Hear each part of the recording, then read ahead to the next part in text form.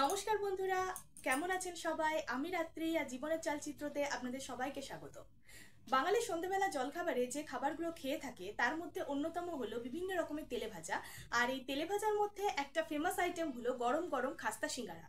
কিন্তু আমি অনেককেই বলতে শুনি যে বাড়িতে দোকানের মতো খাস্তা সিঙ্গারা বানানো যায় না, মানে খাস্তা ভাবটা ঠিক আসে না। তাই আজ আমি চেষ্টা করব আপনাদেরকে দেখানোর যে কিভাবে কয়েকটা ছোট ছোট টিপস ব্যবহার করলেই আমরা একদম দোকানের মতো খাস্তা সিঙ্গারা বাড়িতে বানাতে পারবো। তো চলুন দেখি। তিনটে মাঝারি সাইজের আলুর আমি খোসা ছাড়িয়ে নিচ্ছি। যদি নতুন আলু হয় তাহলে খোসা ছাড়ানোর দরকার নেই, তবে এই আলুর খোসাগুলো মোটা হয় তাই আমি ছাড়িয়ে নিলাম। এরপর ভালো করে ধুয়ে চৌকো চৌকো করে কেটে নেব। আপনারা চাইলে প্রথমে আলুটাকে সেদ্ধ করে তারপরেও কাটতে পারেন, আমি আগে কেটে পরে সেদ্ধ করব। কাটা হয়ে গেলে আরও একবার ভালো করে ধুয়ে কুকারের মধ্যে দিয়ে পরিমাণ মতো জল দিয়ে দিতে হবে। এরপর মাঝারি হিটে আমি এটাকে একটা সিটি দিয়ে নেব। একটার বেশি সিটি হলে আলু গলে যেতে পারে, সেক্ষেত্রে পুরটা খেতে ভালো লাগবে না। আমি একটা চামচে করে কেটে আপনাদের দেখাচ্ছি। দেখুন, পারফেক্টলি সেদ্ধ হয়ে গেছে। এরপর আমরা ময়দা মেখে নেব। তার জন্য 1.5 কাপ ময়দা নিয়ে নিলাম আমি, মেজারিং কাপের 1.5 কাপ। এতে দিয়ে দেবো পরিমাণ মতো নুন আর হাফ চামচ মতো কালো জিরে। তারপরে এখানে দেব বড় চামচের 4 থেকে 5 চামচ সাদা তেল। এটা আমি ময়াম হিসেবে ব্যবহার করছি, আর এই সিঙ্গারা খাস্তা করার জন্য ময়ামটা খুব গুরুত্বপূর্ণ। ময়াম ঠিকঠাক না হলে কিন্তু সিঙ্গারা খাস্তা হবে না।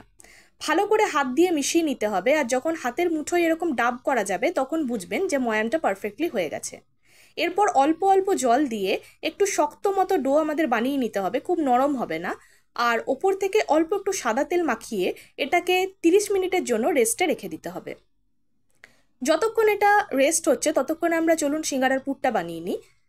পুর বানানোর জন্য প্রথমেই আমাদের একটা ভাজা মশলা বানিয়ে নিতে হবে। তার জন্য কড়াইয়ে দিয়ে দিলাম আমি একটা শুকনো লঙ্কা, আপনারা চাইলে এর বেশিও দিতে পারেন।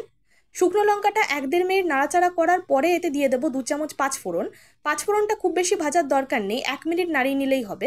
তারপর এটাকে আমি আধ ভাঙা করে বেটে নেব। আদা দুটো কাঁচা লঙ্কাকেও আমি আধ বাটা করে নিলাম।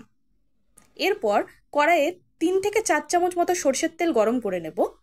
তেল গরম হলে এতে দিয়ে দিলাম আমি 1 মুঠো বাদাম। বাদামটাকে ভালো করে ভেজে তুলে নিতে হবে। 1.5 থেকে 2 মিনিট ভাজলেই দেখবেন ভাজা হয়ে গেছে।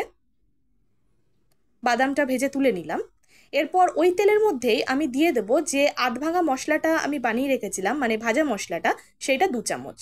গ্যাসের ফ্লেমটা এই সময় একদম লো করে রাখতে হবে। দিয়ে দিলাম 1 মুঠো ফ্রোজেন মটরশুঁটি। এখন তো শীতকালে সিজন নয়, সিজনের সময় ফ্রেশ মটরশুঁটি পাওয়া যায়, এখন ফ্রেশ মটরশুঁটি পাই না বলে আমি ফ্রোজেন মটরশুঁটিই দিলাম। মটরশুঁটিটা দেওয়ার পরে 1.5 থেকে 2 মিনিট একটু ভেজে নেব। তারপর দিয়ে দিলাম 1.5 চামচ আদা আর কাঁচা লঙ্কা বাটা। 30 সেকেন্ড মতো নাড়াচাড়া করলাম। দিয়ে দেবো সেদ্ধ করে রাখা আলু। আলুটা দেওয়ার পর ভালো করে একবার মিশিয়ে নিতে হবে। এরপরে এর মধ্যে আমি দিয়ে দেবো অল্প হলুদ গুঁড়ো আর পরিমাণ মতো নুন।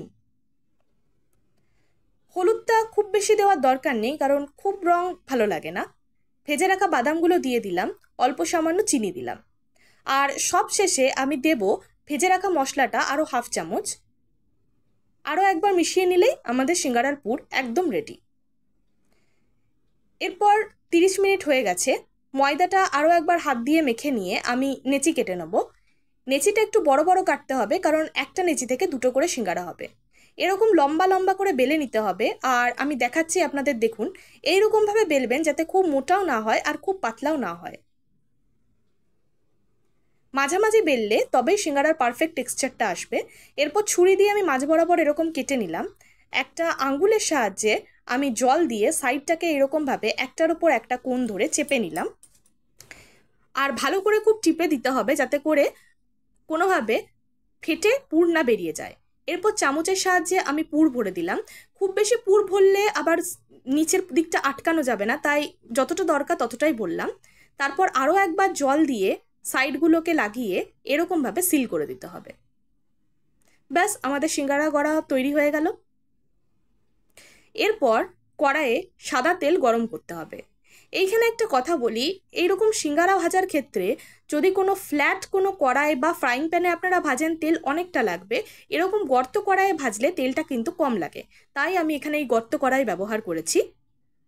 সাদা তেল ভালো মতো গরম করে নিয়ে সিঙ্গারাগুলো একে একে ছেড়ে দেবো, আর গ্যাসের ফ্লেমটা একদম লো করে দেবো। এটা কিন্তু একটু সময় সাপেক্ষ ব্যাপার। সিঙ্গারা কিন্তু লো ফ্লেমে ভাজতে হবে, কোনোভাবেই হিট বাড়ানো যাবে না, তাহলে খাস্তা হবে না। আমার এই সিঙ্গারাগুলো ভাজতে 12 থেকে 13 মিনিট মতো সময় লেগেছে।